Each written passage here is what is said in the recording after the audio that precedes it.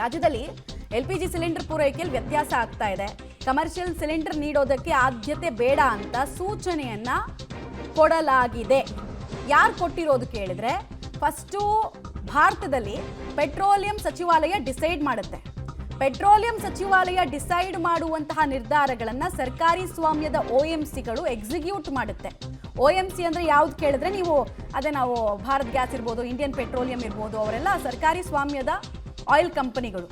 ಅವರು ಏಜೆನ್ಸಿಗಳಿಗೆ ಹೇಳ್ತಾರೆ ನೀವು ಡಿಸ್ಟ್ರಿಬ್ಯೂಟ್ ಮಾಡಬೇಕಾದ್ರೆ ಡೊಮೆಸ್ಟಿಕ್ ಗ್ಯಾಸ್ ಸಿಲಿಂಡರ್ಗಳನ್ನ ಡಿಸ್ಟ್ರಿಬ್ಯೂಟ್ ಮಾಡಿ, ಬಿಕಾಸ್ ಮನೆಗೆ ಆದ್ಯತೆ ಇರೋದು, ಹೋಟೆಲ್ ಉದ್ಯಮಕ್ಕೆ ಆದ್ಯತೆ ಕೊಡಬೇಡಿ ಅಂತ ಹೇಳಿರೋದ್ರಿಂದ ಈಗ ಅಭಾವ ಕಾಣಿಸೋದಕ್ಕೆ ಸ್ಟಾರ್ಟ್ ಆಗಿದೆ.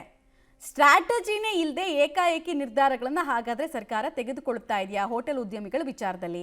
ನಾನು ನಿಮಗೆ ಈಗ ಡೀಟೇಲ್ಸ್ ಕೊಡ್ತೀನಿ. ಹೋಟೆಲ್ ಉದ್ಯಮ ಅಂದರೆ ಜಸ್ಟ್ ಒಂದು ಬಿಸ್ನೆಸ್ ಕ್ಲೋಸ್ ಆಗುತ್ತೆ ಅಂತಲ್ಲ, ಹೋಟೆಲ್ಗೆ ಪೂರೈಕೆ ಆಗ್ತಿರುತ್ತಲ್ಲ ರೈತರಿಂದ ತರಕಾರಿ, ಅವ್ರಿಗೆ ಪೆಟ್ಟು ಬೀಳುತ್ತೆ, ಅವ್ರ ವ್ಯಾಪಾರಕ್ಕೆ ಪೆಟ್ಟು ಬೀಳುತ್ತೆ.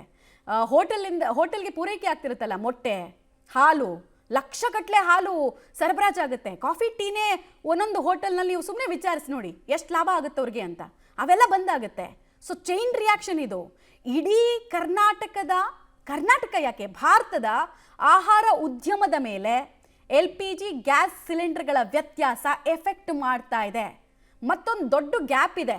ನಿಮಗೊಂದು ಲೆಕ್ಕಾಚಾರ ಹೇಳ್ಬಿಡ್ತೀವಿ. ಭಾರತದಲ್ಲಿ ನಾವು LPG ಗ್ಯಾಸ್ಗಳನ್ನು ಉತ್ಪಾದನೆ ಮಾಡ್ತಿರೋದು ಜಸ್ಟ್ 40% ಅಷ್ಟೇ. 100%ನಲ್ಲಿ 60% ಆಮದು ಮಾಡ್ಕೊಳ್ತಾ ಇದ್ದೀವಿ. ಅದು ಕೂಡ ಯುದ್ಧ ಪೀಡಿತ ರಾಷ್ಟ್ರಗಳಿಂದ ಆಮದು ಮಾಡ್ಕೊಳ್ತಾ ಇದ್ದೀವಿ. 60% ಸ್ಟಾಪ್ ಆಗಿರೋದ್ರಿಂದ ದೊಡ್ಡ ಗ್ಯಾಪ್ ಇದೆ. ಆ ಗ್ಯಾಪನ್ನು ಆಲ್ ಆಫ್ ಅ ಸಡನ್ ಮಂತ್ರದಂಡ ಇಟ್ಕೊಂಡು ಸರಿ ಮಾಡೋಕ್ಕಾಗಲ್ಲ. ಪ್ರಾಬ್ಲಮ್ ಆಗ್ತಾ ಇದೆ ಈ ಕಾರಣಕ್ಕೆ.